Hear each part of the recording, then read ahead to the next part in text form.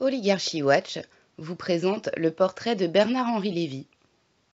Ce Sayan est un écrivain, philosophe, cinéaste, homme d'affaires et chroniqueur français.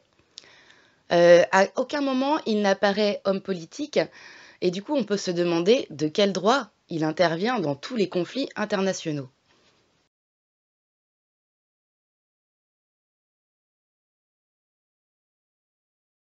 BHL est issu d'une famille juive d'Algérie. Il est né dans la ville de Benissaf. L'un de ses arrière-grands-pères maternels était le rabbin de la ville de Tlemcen, à l'ouest du pays. Son père, André Lévy, est originaire de Mascara et à 18 ans, il s'engage pour la défense de l'Espagne républicaine avant de combattre au sein du 2e bataillon de marche sous les ordres du général Diego Brosset. Sa mère est née Dina Siboni. Il fait ses études secondaires au lycée Pasteur de Neuilly, puis 2 années de classe préparatoire au lycée Louis-le-Grand. C'est à ce moment-là, en 1967, qu'il effectue son premier voyage en Israël. Une fois de retour à Paris, lorsque la guerre des 6 jours a éclaté, Lévy se rend au consulat d'Israël à Paris pour rejoindre les forces israéliennes qui repoussaient la coalition arabe. Le conflit prit fin avant que Lévy ne puisse servir. Oh, mais son intérêt pour le Moyen-Orient avait été piqué. En 1968, il est reçu à l'École normale supérieure où il a comme professeur de philosophie Jacques Derrida et Louis Althusser. En 1971, il est reçu 8e à l'agrégation de philosophie.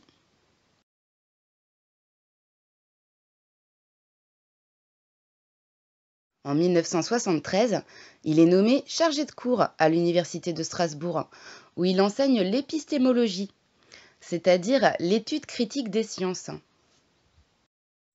Pour BHL, la mission du philosophe est d'intervenir dans les débats contemporains. Le modèle dont il se réclame est celui de Sartre, le philosophe investi dans les événements et les luttes de son temps, pour qui le monde est aussi bien un terrain d'étude que d'intervention pour la philosophie. Il ne pense pas que le rôle de la philosophie soit de donner un sens au monde. Il veut faire de la philosophie un instrument de la lucidité. Il constate que les questions existentielles, telles la vie, la mort, la souffrance, sont insolubles. Il en résulte, selon lui, que la fonction de la philosophie est d'explorer et non de résoudre ces grands problèmes humains. En 1974, il crée la collection Figures chez Grasset du groupe Lagardère, inaugurée par des livres de Jean-Paul Dolé et de Philippe Nemo. Il se forme alors chez Grasset un nouveau courant philosophique qui rassemble différents auteurs réunis autour de l'idée qu'ils s'opposent fermement au schéma totalitaire. Ils veulent définir une nouvelle perspective de la pensée. Ils appelleront ce courant les nouveaux philosophes. Une des figures sera André Glucksmann, le père de Raphaël, un des futurs participants du Cercle de l'Oratoire, un cercle de réflexion atlantiste et néoconservateur créé après le 11 septembre. Étant passé par le maoïsme, mais l'ayant quitté, André Glucksmann appelle à entreprendre une critique de fond du marxisme à partir d'une réflexion sur le totalitarisme. En 1977, BHL présente son livre « La barbarie à visage humain » et fait une critique du rationalisme. Voilà ce qu'il écrit. « Chacun sait, aujourd'hui, que le rationalisme a été un des moyens, un des trous d'aiguille, par quoi s'est faufilée la tentative totalitaire. Le fascisme n'est pas issu de l'obscurantisme, mais de la lumière. Les hommes de l'ombre, ce sont les résistants. C'est la Gestapo qui brandit la torche. La raison, c'est le totalitarisme. Le totalitarisme, lui, c'est toujours drapé des prestiges de la torche du policier. Voilà la barbarie à visage humain qui menace le monde d'aujourd'hui. »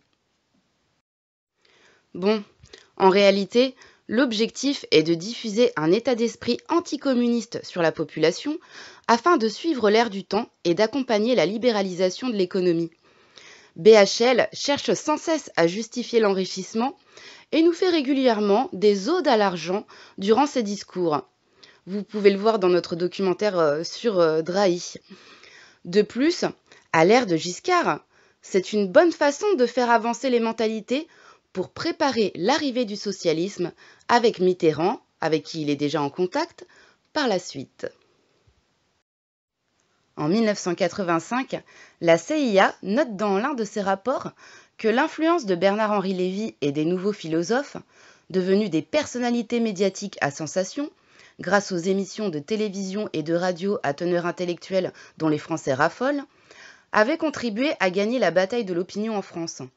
Ce climat permettrait notamment de couvrir le soutien des États-Unis à des dictatures et groupes paramilitaires anticommunistes en Amérique centrale.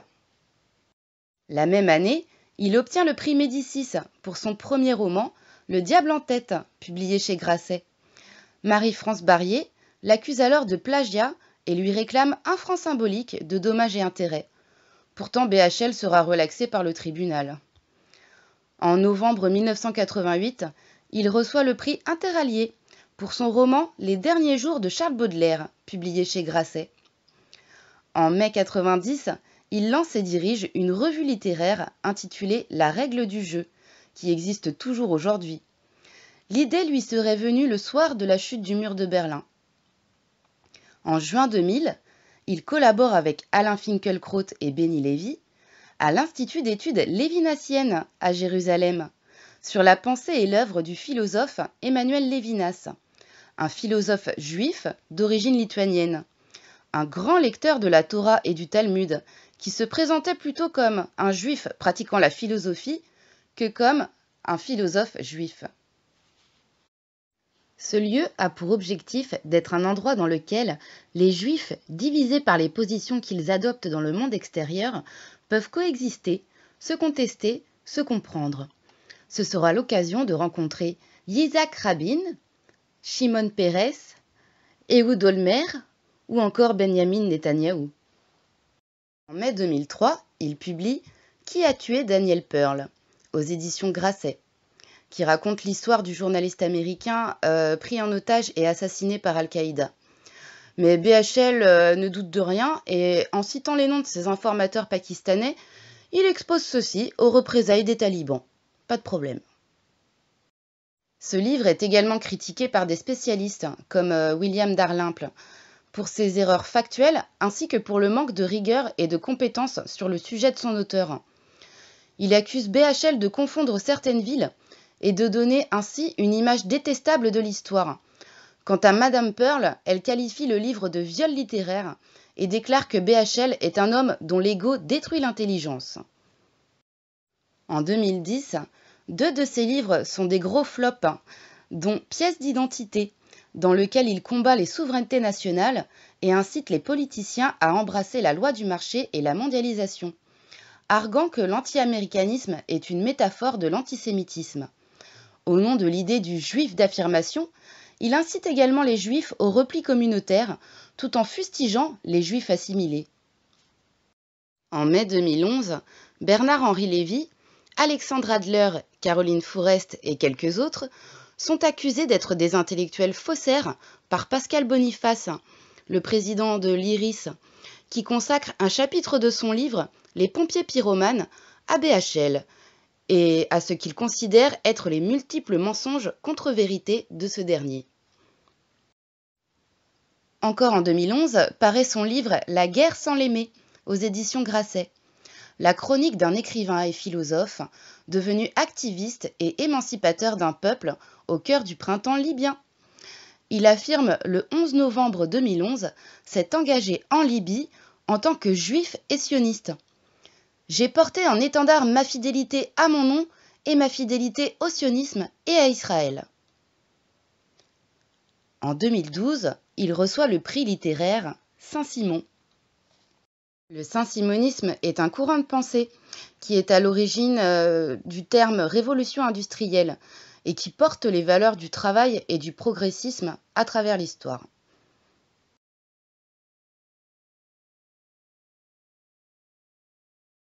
BHL n'a jamais été un élu de la République. Pourtant, il se mêle de la politique depuis le début des années 70. Il a fait partie des gens qui ont porté Mitterrand.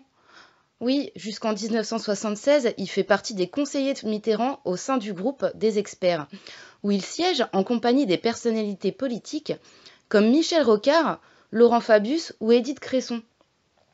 Son courant de pensée des nouveaux philosophes n'a donc rien de désintéressé. Il y a une réelle volonté de changer les mentalités afin de faire éclore le socialisme en France.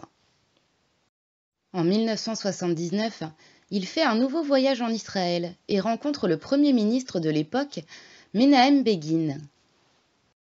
En 1980, BHL et son copain Marek Alter créent le Comité des droits de l'homme, qui milite pour le boycott des Jeux olympiques d'été de 1980, qui ont lieu à Moscou. Eh oui, c'était déjà comme ça à l'époque. En 1981, il couvre la guerre au Liban pour le journal Le Monde.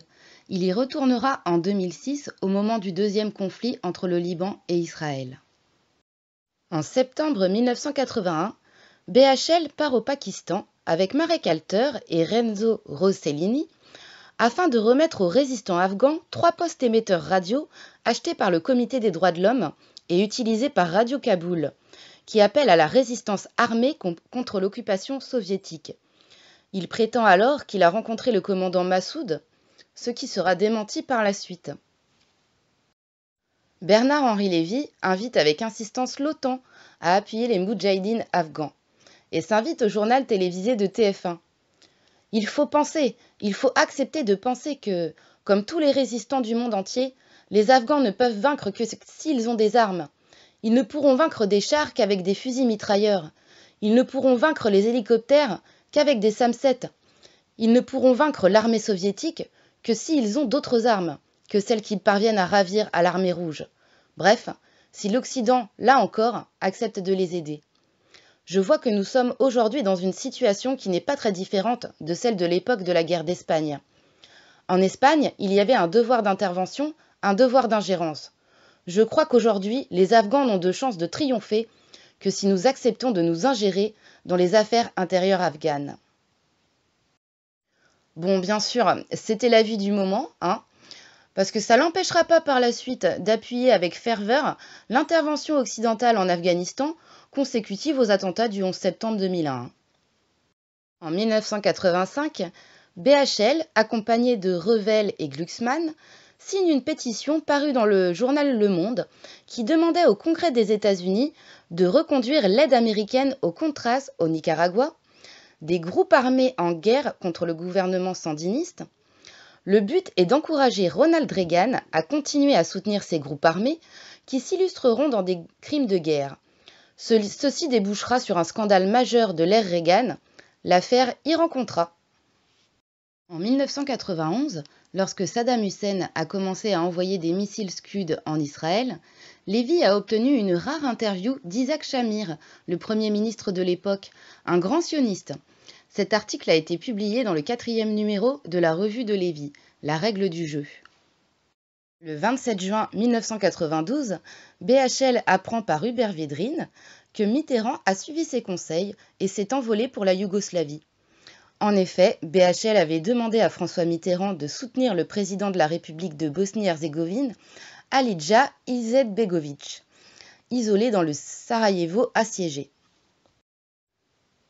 BHL va soutenir avec ferveur les Bosniaques musulmans et va réaliser un documentaire, Un jour dans la mort de Sarajevo, diffusé sur France 3, ainsi qu'un film, Bosna, qu'il présentera au Festival de Cannes. Puis, dans son élan, à l'occasion des élections européennes, il lance l'idée de la liste « L'Europe commence à Sarajevo », dirigée par Léon Schwarzenberg. Elle comprend, outre Bernard-Henri Lévy, Romain Goupil, Pascal Bruckner, André Glucksmann, Michel Polack, Alain Touraine et d'autres. Le 30 mai, à quelques jours des élections, Bernard-Henri Lévy annonce le retrait de la liste, déclarant « L'effet a atteint tous les objectifs possibles. On ne peut pas faire mieux. Le but n'a jamais été d'envoyer 5 députés pro-bosniaques à Strasbourg, mais de faire que chaque député européen ait la Bosnie en tête. » Maintenue par Léon Schwarzenberg, cette liste, qui avait été créditée un temps de 12% d'intention de vote, obtiendra finalement 1% des suffrages exprimés. En 1998, lors de la guerre d'indépendance du Kosovo, BHL œuvre auprès des militants kosovars albanais, des organisations humanitaires, de l'OTAN et des médias pour alimenter l'idée de génocide effectué par les forces yougoslaves et ainsi justifier la guerre. Ce fut un beau carnage, puisque le Kosovo fait aujourd'hui partie des pays les plus pauvres d'Europe, gangrénés par la corruption, la partition ethnique, les trafics et l'islamisme radical. Pendant l'automne 97, sous l'impulsion du général Liamin Zeroual, le régime militaire algérien souhaite redorer son image de marque à la suite d'une série de massacres. Jacques Lang et le ministre des Affaires étrangères Hubert Védrine soutiennent alors le régime algérien. Hubert Védrine contacte Bernard-Henri Lévy, qu'il connaît bien, et le recommande en Algérie pour en donner une meilleure image sous l'égide du journal Le Monde, journal dirigé par ses amis fidèles Jean-Marie Colombani, qui s'est distingué pour avoir fait publier des articles de désinformation sur le génocide des Tutsis au Rwanda, et par le directeur de rédaction Edoui Plenel. En novembre 2006, il soutient d'abord Dominique Strauss-Kahn lors de la primaire interne du Parti socialiste, qui doit désigner le candidat du parti pour l'élection présidentielle, mais rejoint finalement la candidate choisie par le Parti socialiste, Ségolène Royal, dès le mois de janvier 2007, la considérant comme courageuse. Il la soutiendra toute la campagne. Le 27 février 2010, Ségolène Royal publiera en une du journal Le Monde un article intitulé « BHL François Mitterrand, la meute et moi », où elle volera au secours de son amie, victime à ce moment-là d'attaques particulièrement virulentes. En octobre 2007, il se trouve alors, selon Libération, une nouvelle activité. Bon, pas si nouvelle que ça en réalité. Dresseur d'éléphants socialistes. Son objectif avoué est de propulser celle qu'il a rencontrée via Fred Vargas, Ségolène Royal, à la tête du parti. Il fait alors du charme à Pierre Moscovici, qu'il verrait bien en tandem avec Royal, à Manuel Valls, auquel il rend hommage dans son livre, à Vincent Peillon, le franc-maçon, c'est rare un intellectuel en politique, et à Arnaud Montebourg. Il publie alors un livre sur le Parti socialiste, ce grand cadavre à la renverse, chez Grasset. Il y décrit sa vision de la gauche. Pour lui, ce parti appartient à ceux qui sont anticolonialistes par rapport à l'Algérie, portent un jugement positif sur mai 68, lutte contre l'autoritarisme, portent un jugement négatif sur Vichy, lutte contre le fascisme, et qui se reconnaissent dans le combat des Dreyfusards, lutte contre l'antisémitisme. Cependant, toujours selon BHL, la gauche aurait tendance à devenir anti-américaine de façon trop systématique, à se détourner de l'idée de liberté, à devenir complaisante à l'égard d'Al-Qaïda et du Hamas, à cesser d'être universaliste ou internationaliste, devenant chauvine. Il demande donc à la gauche de ne pas céder à la tentation totalitaire. Tous ses adversaires sont accusés de fascisme.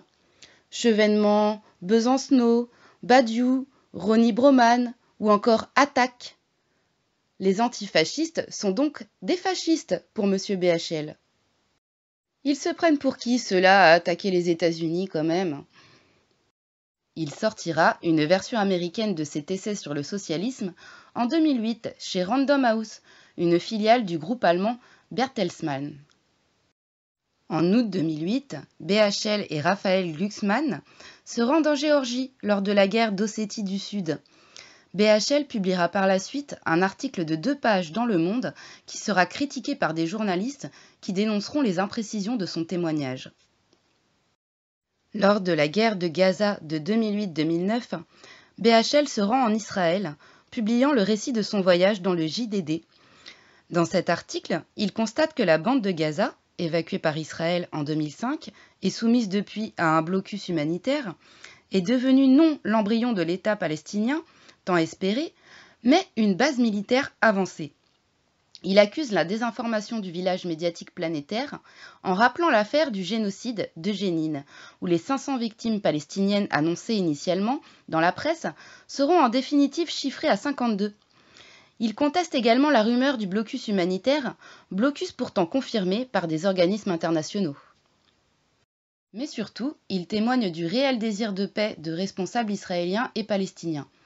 Ce témoignage sera qualifié par Akrimd de tract de propagande. En janvier 2009, il publie dans le journal Le Point une note de soutien à Israël, justifiant l'opération Plomb durci. En 2009, la revue américaine Foreign Policy publie son classement des 100 personnalités les plus influentes au monde. Elle lui attribue la 31e place, notamment devant Dominique Strauss-Kahn à la 33e place, Esther Duflo à la 41e place et Jacques Attali à la 86e place. Cette revue a participé au National Magazine Award la même année et sa candidature était composée de 3 numéros. Un monde sans islam, la pandémie financière à venir et le mythe d'Israël. Le 7 juin 2010, dans un article du journal Libération, BHL et Finkielkraut défendent Israël contre la désinformation et défendent l'attaque israélienne du 31 mai 2010 contre des navires transportant de l'aide humanitaire vers Gaza. Bernard-Henri Lévy défend la position israélienne. Ce que refuse Israël, c'est l'enquête demandée par un Conseil des droits de l'homme des Nations Unies où règnent ces grands démocrates que sont les Cubains, les Pakistanais et autres Iraniens. Entre 2010 et 2013, il va accompagner activement le printemps arabe un peu partout en Afrique du Nord, mais aussi au Moyen-Orient. En Tunisie, en Égypte, au Yémen, au Maroc, en Jordanie et aussi en Libye. En février 2011, il se rend en Égypte. Le 11 mars 2011, il soutient activement la position française au sujet de la révolution libyenne et appuie Nicolas Sarkozy sur la décision d'instaurer une zone d'exclusion aérienne au-dessus de la Libye. Il se rend à plusieurs reprises en Libye pour soutenir les rebelles face aux forces de Mouammar Kadhafi. À la suite de la prise de Tripoli par les rebelles en août 2011, il déclare que c'est une victoire, car Sarkozy a réalisé en Libye ce que Mitterrand n'avait pas fait en Bosnie. Nathalie Nouguered, du Monde, commenta : pour le philosophe âgé de 63 ans, l'aventure libyenne est l'accomplissement de toute une vie. Il tient enfin le grand roman de la liberté. Après le calvaire de Sarajevo, après l'annulation de la visite de l'Afghan Massoud à Paris, après la non-ingérence armée au Darfour, la Libye, opération réussie. BHL, en nouveau Byron romantique, s'est vu en émancipateur d'un peuple, en toute sincérité. BHL, porte-étendard libyen. BHL, quant à lui, avait déclaré lors de la Convention nationale du CRIF, l'hiver précédent, qu'il avait agi dans cette affaire en pensant à l'intérêt de l'État d'Israël. En mai 2011, il apporte publiquement son soutien à Dominique Strauss-Kahn, qui venait d'être accusé de viol sur une employée d'hôtel. Il soutient ensuite Martine Aubry à la primaire socialiste. En décembre 2011, BHL est 22e du classement des personnalités les plus influentes au monde par la revue américaine Foreign Policy. Et c'est à partir de cette année-là qu'il commence à lancer des appels appuyés et répétés pour encourager l'ingérence occidentale en Syrie. Le 15 août 2012, dans un appel solennel au président Hollande, il tresse des lauriers au nouveau chef de la diplomatie française. Il déclare : il y a un grand ministre des Affaires étrangères qui est Laurent Fabius. Il rompt avec les vieilles politiques munichoises qui ont dominé la France pendant si longtemps. Le 1er août 2013, BHL est nommé citoyen d'honneur de Sarajevo pour ses prises de position pendant la guerre de 1992 à 1995. Toujours en 2013, il appelle à un nouveau printemps arabe, cette fois-ci en Algérie.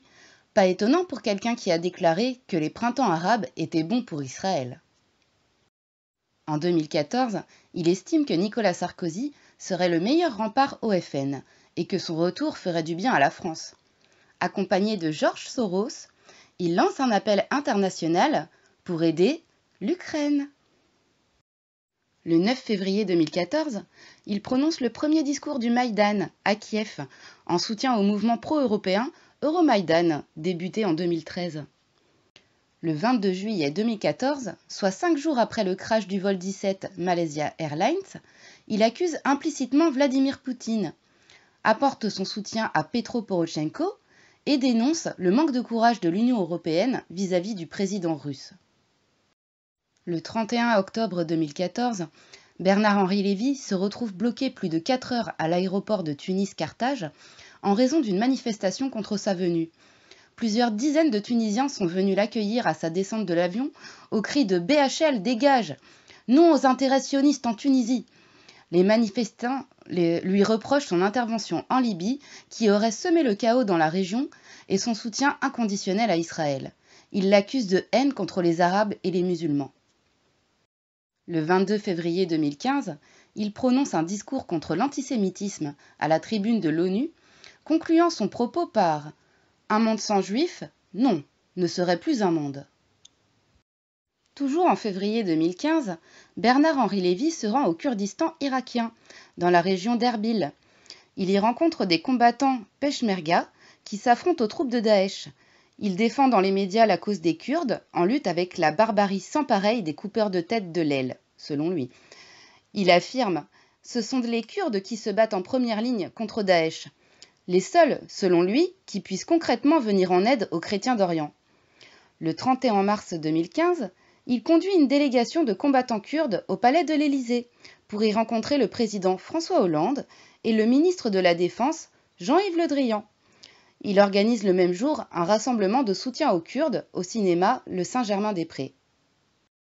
En 2016, il se trompe 2 fois en prévoyant successivement l'échec du Brexit et la défaite de Donald Trump. Lors de la campagne présidentielle de 2017, après avoir en vain souhaité que François Hollande se représente, Bernard-Henri Lévy annonce son soutien à Emmanuel Macron, affirmant qu'en dépit de ses réserves, ce dernier lui apparaît comme le meilleur moyen d'écarter ceux qui, dans la hargne ou l'amertume, naufragent la République ou ajournent le moment du sursaut. Fin 2018, lors de la crise des Gilets jaunes, BHL exprime son opposition à ce mouvement dans une série d'articles, en comparant notamment dans un article publié dans Le Point en novembre 2018, ces derniers aux ligards de 1934, pour finir par conclure que les Gilets jaunes ne sont pas le bon peuple, mais le mauvais peuple. En septembre 2021, il est débouté de son recours contre le média Blast. Il réclamait la suppression d'un article selon lequel le Qatar lui aurait versé 9,1 millions d'euros en échange de son soutien. Il fait appel de ce jugement. En 2022, il entraîne la France à suivre l'OTAN en Ukraine pour soutenir des oligarques mafieux sionistes ukrainiens et leurs groupuscules néo-nazis dans une guerre contre la Russie.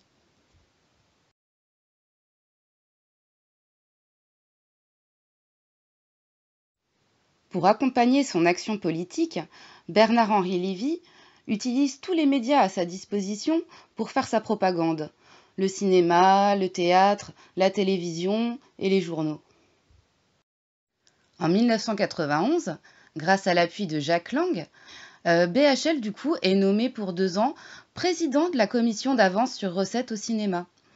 Il y succède à Françoise Giroud, avec laquelle il écrira en 1993 le livre à succès Les hommes et les femmes.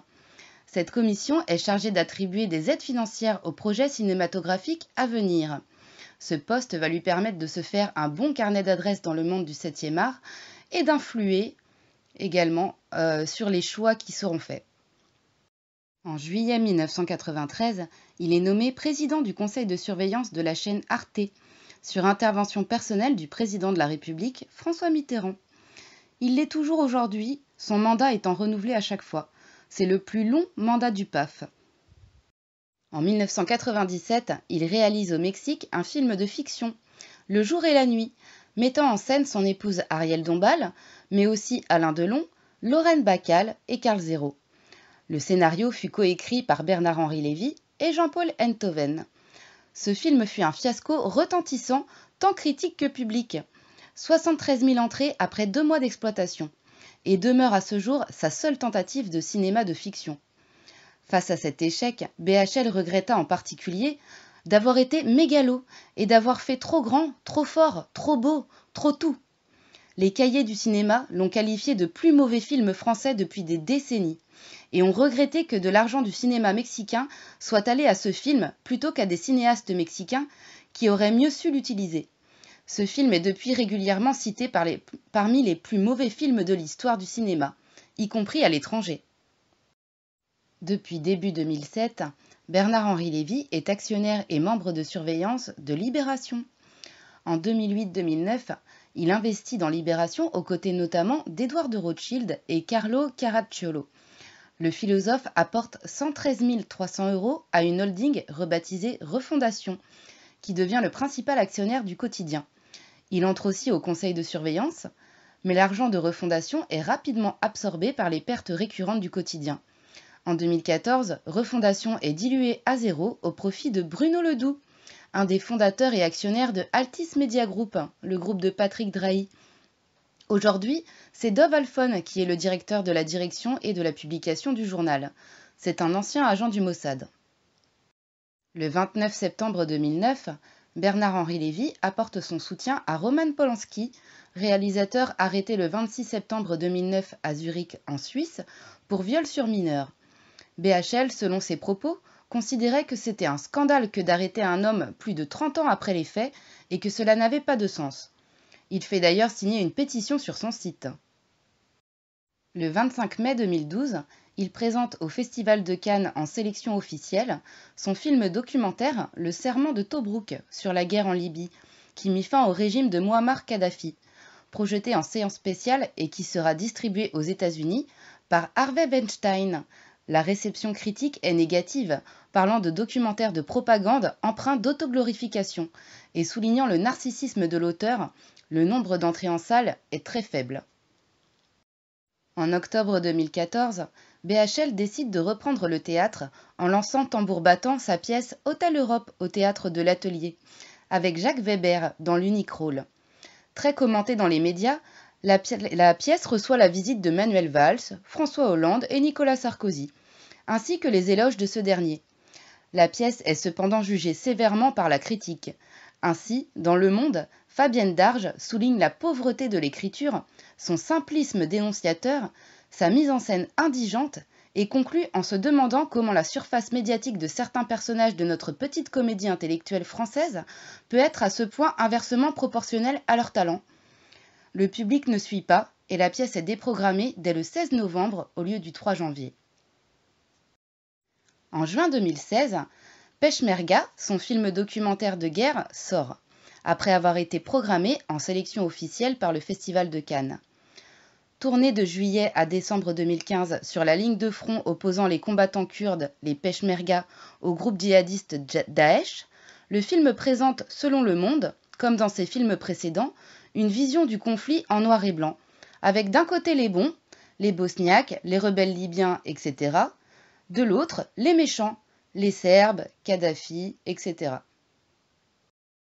Le 5 novembre 2018, BHL joue seul en scène à New York, en avant-première, lors d'une unique représentation, sa pièce Looking for Europe, un plaidoyer pour la démocratie contre les populismes, selon lui. En 2019, il entamera une tournée européenne qui sera l'occasion pour lui de débattre avec des dirigeants européens sur l'avenir de l'Europe, notamment à Vienne, un débat avec Sebastian Kurz, à Athènes avec Alexis Tsipras, le Premier ministre grec, à Kiev avec Petro Poroshenko, le président ukrainien, à Budapest avec Viktor Orban, le Premier ministre hongrois. Enfin, le 21 mai 2019, Emmanuel Macron a reçu à l'Élysée BHL avec des intellectuels signataires du Manifeste des Patriotes européens. Ce manifeste est paru le 25 janvier 2019 dans Libération. 30 écrivains internationaux, dont plusieurs prix Nobel, ont répondu à son appel afin de tirer la sonnette d'alarme sur la montée des dangers qui menacent l'Europe. BHL se met toujours en avant dans ses documentaires. Il a également fait financer sur des budgets publics plusieurs documentaires sur lui-même, en particulier un documentaire racontant la rénovation de sa villa de Tanger, financé par France 5, ainsi qu'un autre sur la tournée de sa pièce Looking for Europe, financée à hauteur de 730 000 € entièrement par les chaînes françaises, dont 200 000 € par Arte, dont il préside depuis des décennies le conseil de surveillance.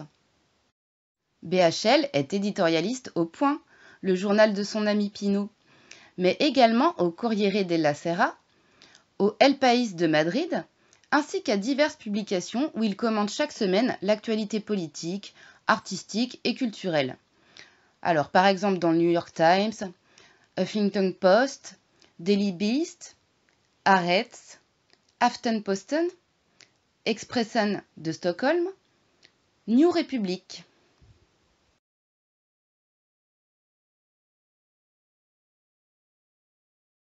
Comme on s'en doute, Bernard-Henri Lévy, en matière de club mondialiste, think tank, ONG, n'est pas en reste. En 1980, il a participé à la fondation de l'association L'Action internationale contre la faim avec Marek Alter, Jacques Attali, Françoise Giroud et quelques autres. Et c'est lui qui rédigera la charte de l'association. BHL est adoubé par le Bnei Brit, cette haute loge maçonnique réservée aux Juifs, la plus ancienne loge juive internationale, fondée en 1843 et implantée dans 25 pays. Bernard-Henri Lévy y fait son premier discours en 1980. BHL est au CRIF comme à la maison. Voilà un extrait d'un article du CRIF sur celui-ci. Il a toutefois une préoccupation qui domine son œuvre, c'est l'idée du mal. Pour BHL, le XXe siècle est le siècle du mal. Fascisme, totalitarisme, terrorisme et aussi intégrisme sont les visages successifs que ce mal a pris et continue de prendre à l'orée du XXIe siècle. Le CRIF et la LICRA n'hésitent pas à venir en aide à Bernard-Henri Lévy.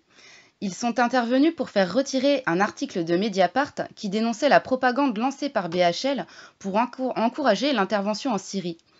L'auteur de l'article, l'académicien algérien Youssef Benzata, écrit « Bernard-Henri Lévy vient de sortir de son trou comme un vampire assoiffé de sang, les dents crochues et la mine vitreuse. Il dit vouloir sauver les enfants syriens. Plus précisément, les enfants épargnés par l'attaque chimique sur la Ghouta, cette banlieue de Damas infestée de terroristes venus de toutes parts et dont le soutien et le financement ne sont plus un secret pour personne, sauf pour Bernard-Henri Lévy et les médias mensonges, pourvoyeurs d'apocalypse et d'anéantissement. » En 2008, à Jérusalem, pour le 60e anniversaire de la fondation d'Israël, BHL s'est mêlé au grand.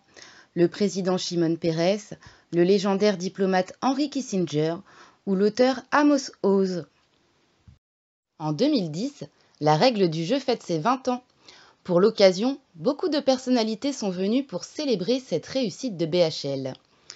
David de Rothschild, Laurent Fabius, Serge Ebed Klarsfeld, Pierre Berger, Ariel Schwab, la directrice de l'UEJF, Roman Polanski, Yann Moix, Philippe Solers, Mazarine Pinjot, Christine Angot, Alexandre Adler, Siem Apchi, la présidente de Ni Pute Ni Soumise, Daniel Thompson, Pascal Bruckner, Alain Delon, Eliette Abécassis, Xavier Niel, Simone Veil, Patrick Bruel, Caroline Fourest, Fred Vargas, Jean-Paul Enthoven, Thierry Ardisson, Marc-Olivier Fogiel, Laurent Geoffrin de Libération, PPDA et son frère Olivier Poivre d'Arvor, le patron de France Culture,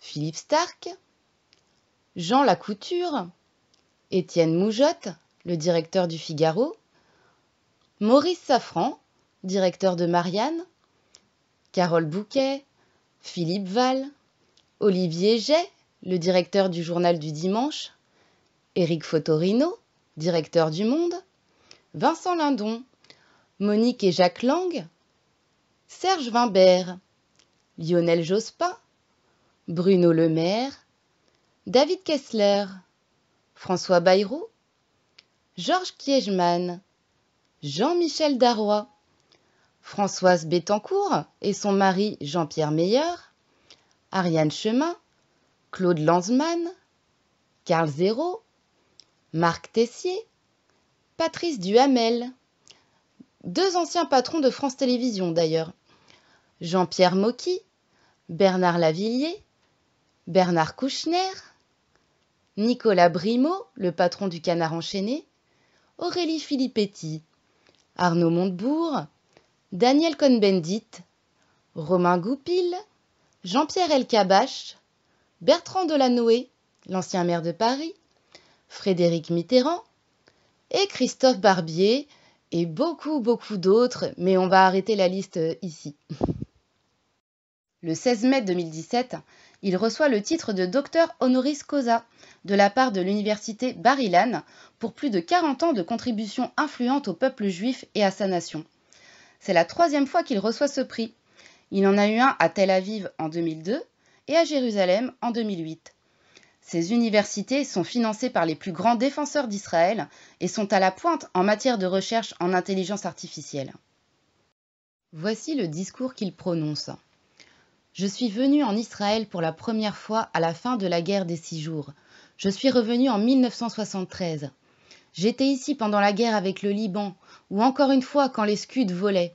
Je suis ici aujourd'hui alors que vous faites face à une autre guerre, la plus longue de toutes, la plus coûteuse en termes de vie juive, la plus laide de l'histoire d'Israël, la plus ruineuse pour l'image et la crédibilité morale de la nation. Jamais, me semble-t-il, Israël n'a été aussi seul. Jamais autant le paria sauvage de la communauté agitée des nations, comme prophétisé dans nos textes sacrés, à cet Israël stigmatisé comme satanique, comme nazi, à un Israël imparfait, bien sûr, comme toute nation en guerre, mais qui ne mérite en aucun cas les torrents, la haine et l'hystérie dirigées contre lui. À cet Israël, je suis heureux de déclarer une fois de plus, comme plusieurs fois auparavant, ma solidarité en tant que juif et citoyen français. Dans un article du Point de janvier 2022, il fait part de son voyage aux États-Unis et du fait qu'il soit reçu par 3 importants think tanks, l'Atlantic Council, le Middle East Institute et le Hudson Institute. Il est également auditionné par le United States Senate Committee on Foreign Relations et il est reçu par le Congrès américain.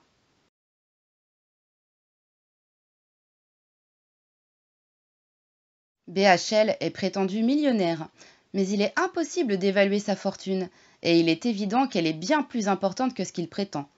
Il est même possible qu'il soit milliardaire. En 1946, son père s'installe à Casablanca, dans le quartier d'Anfa, et fonde au Maroc la BECOB, une société d'importation de bois précieux africains, de Côte d'Ivoire et Cameroun, et de résineux, Finlande, URSS ou Roumanie. Guy Carlier en a été le directeur financier des années 70 jusqu'à 1982. Il va de soi que ce genre d'entreprise implantée en Afrique, comme celle de Pinault ou Bolloré, s'assoit sur les principes de respect de l'homme et de la nature. Destruction des écosystèmes, conditions de travail épouvantables, villages insalubres, etc. En 1986, l'entreprise rencontre des difficultés et BHL avoue avoir fait appel à Pierre Bérégovoy, le ministre des Finances de Laurent Fabius, qui s'est engagé à lui décrocher un prêt participatif. Mais entre-temps, la droite a remporté les législatives.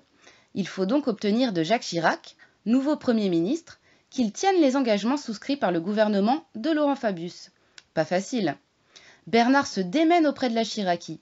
Lui-même et son père déjeunent avec le maire de Paris.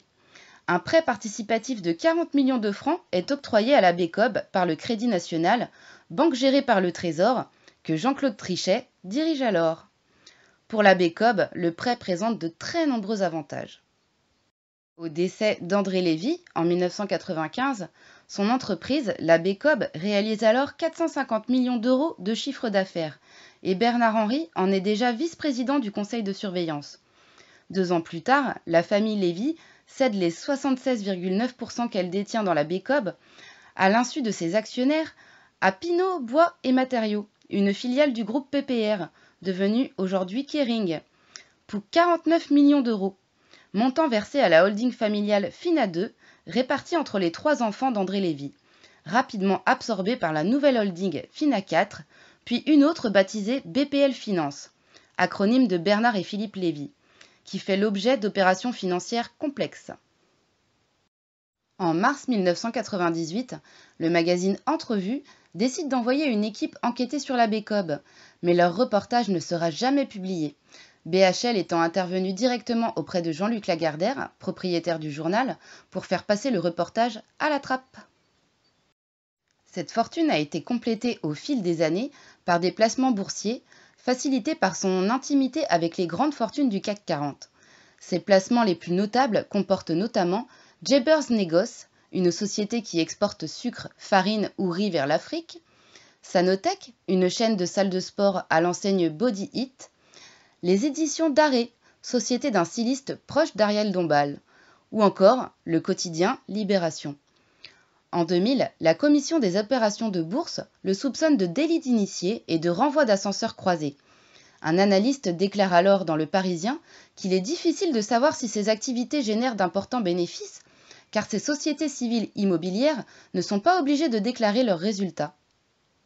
En 2001, BHL crée une nouvelle société aux initiales de son père André, AL Industries, pour investir dans le rachat de Picard, aux côtés du fonds britannique Candover, Claude Bébéard, Jean-Louis de Nicolet, futur sénateur LR, Bertrand Collomb, PDG de Lafarge, Richard Ortiz, héritier du groupe propriétaire de Mico et Vivagel, et une mystérieuse société panaméenne, Interinvest Atlantic Inc.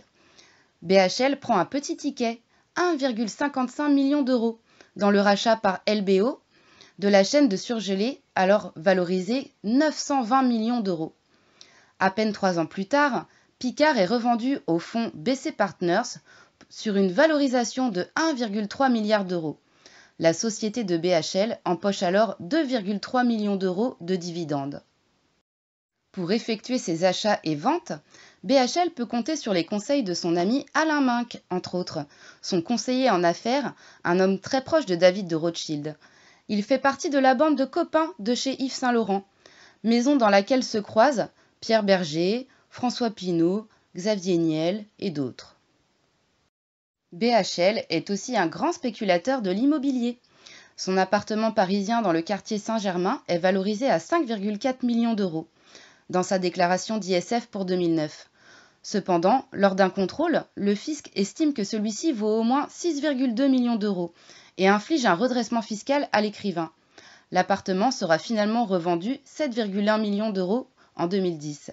BHL ayant entre-temps acquis 3 autres pieds-à-terre dans le quartier et un autre dans le quartier de l'Élysée. En 1998, BHL rachète à son ami Alain Delon le riad du palais de la Zaya pour 2 millions d'euros. Il acquiert ensuite une villa à Saint-Paul-de-Vence en 2002 qu'il revend en 2014 pour 4 millions d'euros. À Tanger, il rachète en 2000 un palais mort de 620 mètres carrés au sommet d'une falaise face à Gibraltar, au point précis où se côtoient la mer Méditerranée et l'océan Atlantique, selon ses mots, une ancienne maison close qu'il fait redécorer par André Putman.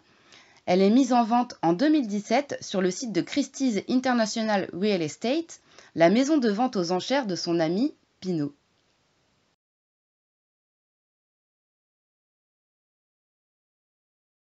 Bernard-Henri Lévy est très ami avec François Pinault, considéré comme son père adoptif.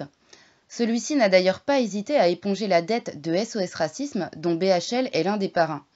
C'est celui-ci qui rachètera l'entreprise familiale. Il utilise beaucoup son journal Le Point pour soutenir BHL en toute situation et lui fait bénéficier d'une place d'éditorialiste. Pour justifier son intérêt pour les capitaines d'industrie, BHL écrit dans un de ses livres « Au cœur du fascisme français, il y a la haine de l'argent ». Bernard-Henri Lévy est proche de nombreuses grandes fortunes françaises, comme Liliane Bettencourt, qui fut présente à son mariage, Jean-Luc Lagardère, dont il prononça l'éloge funèbre, Alain Minc, Jean-Baptiste Descroix-Vernier, Thomas Kaplan, un milliardaire américain qui a fait fortune dans les mines d'or et d'argent, Pierre Berger et Xavier Niel, ses copains d'Yves Saint Laurent, Françoise Bettencourt, Meilleur, Maurice Lévy, Serge Wimbert, François Henrot, Anne Sinclair, Bernard Kouchner, Claude Guéant, Jean-Paul Enthoven, Bernard Pivot, Jacques Chancel, Dominique de Villepin ou encore Anne Méot. Il y a aussi le frère d'Ariel Dombal, Gilbert Sonnery, qui est un des dirigeants du groupe de textile J.B. Martin Company. François Mitterrand évoque Bernard-Henri Lévy dans son livre L'abeille et l'architecte. J'ai connu Bernard-Henri Lévy alors qu'il venait d'entrer à Normale Supérieure. Je me flatte d'avoir pressenti en ce jeune homme grave le grand écrivain qu'il sera. Un danger le guette, la mode. Mais la souffrance, amie d'effort, le sauvera. Tout l'y prépare. Je ne m'inquiète pas de ce goût de plaire qui l'habite et l'entraîne aujourd'hui hors de son territoire. Quand il s'apercevra qu'il possède en lui-même ce qu'il cherche, il y reviendra à sa rencontre.